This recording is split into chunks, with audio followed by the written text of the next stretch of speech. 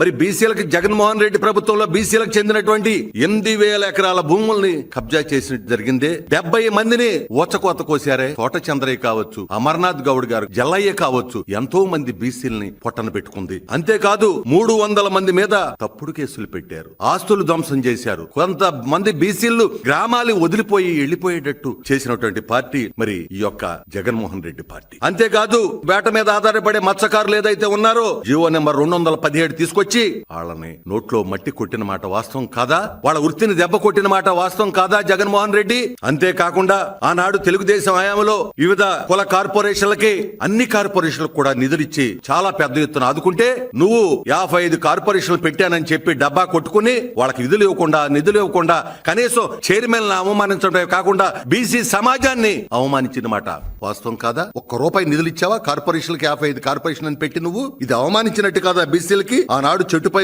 నుంచి గీత మారి చనిపోతే 10 లక్షలు ఇస్తానని చెప్పావు. ఆనాడు చంద్రబాబు నాయుడు గారు చంద్రన్న బీమా కింద ₹5 లక్షలు ఇస్తే నేను 10 ఇస్తానని చెప్పి ₹10 ఎవరికన్నా ఇచ్చావంటాయా పెద్ద మనిషి? ₹10 ఎవరికన్నా ఇచ్చావా? కనీసం కరోనా టైంలో వాళ్ళు కళ్ళు గీసుకుంటుంటే వాళ్ళ మీద కేసులు పెట్టి నానా బీభత్సం చేసిన మాట వాస్తవం కాదా?